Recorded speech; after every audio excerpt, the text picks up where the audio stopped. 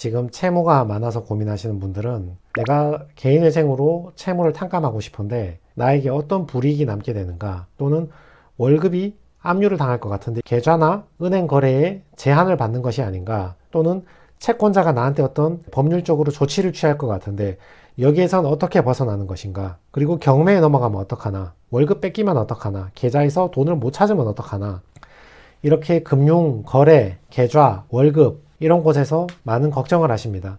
그래서 제가 오늘 여기에 대해서 한번 내용을 정리해 드릴 건데, 첫 번째, 월급이나 계좌가 묶이면 어떡하나, 여기에 대해서 고민하시는 분이 많이 계십니다. 내가 내 마음대로 출금을 하거나 이체를 할 수 없는 상태를 의미하는 거죠. 이것을 법률적으로 가압류나 압류를 신청해서 결정을 받았다, 이렇게 표현할 수 있는데, 내가 은행에서 받을 그 예금 채권 계좌가 묶여버리는 것이고 내가 회사에서 받을 월급이 묶여버리는 것입니다. 또는 공증이나 승소 판결문이 있으면 본압류도 가능하거든요. 법원에서 그 압류 결정문을 제3채무자인 회사에게 보내줘서 회사는 월급을 채무자에게 줄 수 없고 압류를 한 은행이나 저축은행에 줘야 되고, 은행 역시 예금이 묶여버리면 채무자에게 돈을 인출해 줄 수가 없고 압류를 걸었던 그 채권자, 은행이나 저축은행 그쪽으로 예금을 출금해서 줘야 됩니다. 자, 여기 개인회생 규정을 좀 보시면 금지명령 규정이 있죠. 강제집행, 가압류, 가처분 전부 금지의 대상입니다. 여러분이 개인회생을 신청하시면 보통 신청하고 3, 4일 차에 금지명령이 나오는 경우가 제일 많거든요. 이 금지명령을 받아버리면 그날 이후로는 보시는 것처럼 압류나 가압류가 안 됩니다. 채권자가 이 금지명령을 받게 되면 자유롭게 월급을 받고 출금을 해서 쓸 수가 있는 거죠. 그러니까 내 월급이나 통장 계좌가 묶이면 어떻게 되나, 요게 고민이 되실 때는 빨리 신청해서 금지명령을 받으시면 됩니다. 자, 두 번째 질문. 그럼 금지명령을 못 받으면 어떻게 됩니까? 그러면 채권자가 마음대로 월급도 묶고 예금 통장도 묶어버리고 채권자가 다 가져가 버리는 거 아닙니까? 이렇게 물어보시는 분이 계신데, 자, 물론 법원이 개인회생을 신청했다는 이유로 100% 무조건 금지명령을 내려준다, 이런 건 아닙니다. 예를 들어서 신청권에 남용이 있는 경우에 개인회생을 3번, 4번 계속 신청한다거나 토토, 바카라, 파워볼 이런 도박으로 채무가 1억, 2억 생겼다, 이런 사람들이 무턱대고 개인회생을 신청한다고 100% 금지명령을 내려주는 건 아닙니다. 이럴 때는 보정 서류를 빨리 준비하시기 바랍니다. 개인회생 재판을 하는 동안 법원에서 여러분한테 물어보는 사항이 많거든요. 그럼 변호사하고 같이 그 서류를 준비해서 제출하고 또 물어보면 또 제출하고 이렇게 몇 번 보정의 과정을 거치는데 그 서류만 빨리 준비해서 주시면 됩니다. 그 서류를 제출하면 개시결정을 빨리 받을 수가 있거든요. 자, 보세요. 여기 개시결정 규정을 보세요. 개시결정을 받아도 아까 금지명령 규정처럼 똑같이 강제집행, 가압류, 가처분 금지된다, 이런 말이 있죠. 다시 말해서 개시결정이란 효력 안에 아까 얘기했던 금지결정, 이게 포함이 되어 있는 거예요. 그러니까 금지결정을 못 받아도 여러분이 보정서류만 빨리 갖다 줘서 개시결정만 빨리 받으면 어차피 금지명령은 나오는 겁니다. 그러니까 여러분이 금지명령을 혹시 못 받는다 하더라도 그 불편함은 2달, 3달만 견디시면 됩니다. 지나고 나면 어차피 개시결정 나올 거니까, 그러니까 너무 걱정하실 필요는 없습니다. 세 번째 질문. 그러면 이미 압류 당한 사람은 어떡하는가? 너무 바빠서 내가 미처 신청을 못해서 금지명령을 못 받았는데 그 사이에 벌써 가압류, 압류가 들어와 버렸다. 이러면 어떻게 해야 되느냐? 일단 이런 경우는 그렇게 많진 않습니다. 아무리 빠르게 소송을 제기해도 오랜 기간이 걸립니다. 6개월씩 걸릴 수도 있거든요. 근데 승소 판결을 받아야 본압류를 할 수 있거든요. 가압류 역시 일주일, 2주일 이렇게 어느 정도 기간이 걸리고, 채권자 입장에서 돈을 안 갚았다고 바로 가압류를 거는 게 아니라 전화로 독촉도 하고 그 다음에 우편물을 보내서 가압류 하겠다고 공갈도 치고 생각보다 시간이 꽤 있습니다. 자, 그래도 내가 너무 뜸들이는 바람에 압류나 가압류가 걸렸다고 가정을 해본다면 여기 조항을 보시면 중지명령이라고 있죠. 이걸 받으시면 됩니다. 유의점이 있는데 압류를 중지하는 것이지 무효화시키는 건 아닙니다. 다시 말해서 채권자 은행이 돈을 가져가는 추심 행위만 막을 뿐이지 일단 묶어놨던 압류 그 자체는 중지가 됐을 뿐이지 그게 무효가 돼서 사라지는 건 아닙니다.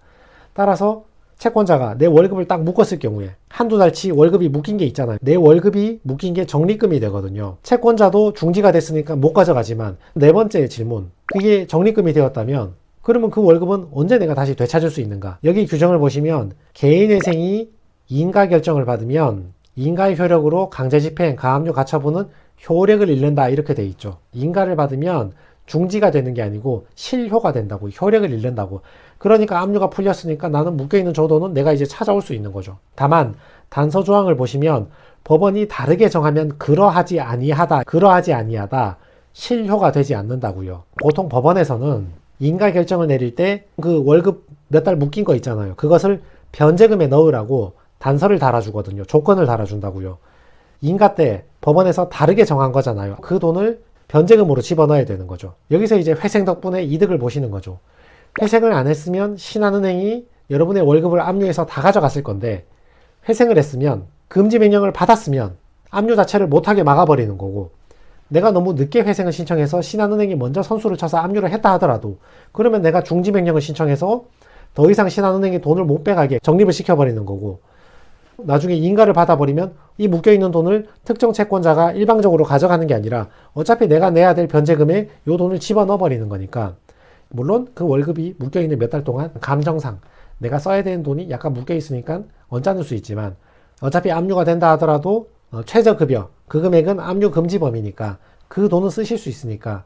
자, 다섯 번째 질문. 그럼 부동산 경매는 어떻게 되냐? 이것도 막을 수 있느냐? 금지명령 규정을 다시 한번 보세요. 담보권 경매, 이것 또한 금지명령에 의해서 금지가 되는 겁니다. 여러분이 회생을 안 하면 연체가 됐을 때 채권자들이 안달이 나서 여러분 부동산을 바로 경매에 넘겨서 절차를 진행시켜서 그 부동산을 팔아서 돈을 받아 가버린다고요. 근데 회생을 신청해서 금지명령을 일단 받아버리면 일단 경매를 막아버린다고요. 채권자는 회생재판이 끝날 때까지, 그 경매가 진행이 안 되니까 여러분은 일단 회생재판 끝날 때까지 무조건 시간을 버신 거죠. 살 수 있는 거죠. 대신 인가 규정을 보세요. 강제집행, 가압류, 이거는 효력을 잃는다고 되어 있죠. 근데 여기에 담보권 실행 경매는 없죠. 다시 말해서 담보권 실행 경매는 효력을 잃지 않고 얘는 가능한 거죠. 다만 은행이 무조건 경매를 다 넘기는 것은 아니고, 지난 5년간 같은 경우는 은행이 인가나면 경매를 넘기는 경우도 많았어요. 근데 최근에는 부동산 가격이 계속 내려가고 있잖아요. 잘 안 팔리니까 채무자가 경매 넘기시라고, 경매 넘기고 나 회생하겠다고 전화해서 요구를 했는데 저축은행 직원이 다시 전화가 걸려와서 경매를 안 넘기겠다고 몇 달이라도 더 이자를 내달라고 은행 직원이 오히려 부탁이 오는, 이런 웃지 못할 상황도 많이 늘어나고 있네요. 자, 그래서 경매를 넘기는 것은 인가를 받았다 하더라도 여러분의 소득이나 조건에 따라서 다르게 결정되니까 전문가하고 상담을 좀 하셔가지고 결정하시는 것도 좋은 방법인 것 같습니다. 자, 그래서 오늘 결론을 내려드리면 신청을 빨리 하시면 됩니다. 뭐가 중지가 돼서 압류가 돼서 뭐 적립금이 뭐 이렇게 복잡하게 생각하실 거 없이 그냥 빨리 신청하시면 됩니다. 내가 채권자보다 먼저 금지 명령을 받아버리면 그만입니다. 내가 이미 하나의 계좌가 압류가 되어 있다 하더라도 그 뒤로는 다른 계좌에는 다시 압류를 걸 수가 없으니까 그 계좌 쓰시면 되는 거죠. 불이익이 어떻게 되냐, 은행 거래는 어떻게 되고, 내 월급 뺏기면 어떡하냐, 예금 계좌 있는 돈 못 찾으면 어떡하냐, 요런 많이 걱정을 하시길래 제가 여기에 대해서 금지명령과 중지명령 그리고 인가의 효력에 대해서 설명을 드렸습니다. 다만 압류를 할 때도 민사집행법상 압류 금지의 범위가 있기 때문에 이런 부분은 전문가하고 상담을 하셔가지고 급여하고 앞으로 내 회생 신청 계획 일정을 한번 조율해 보시기 바랍니다. 네, 이상입니다.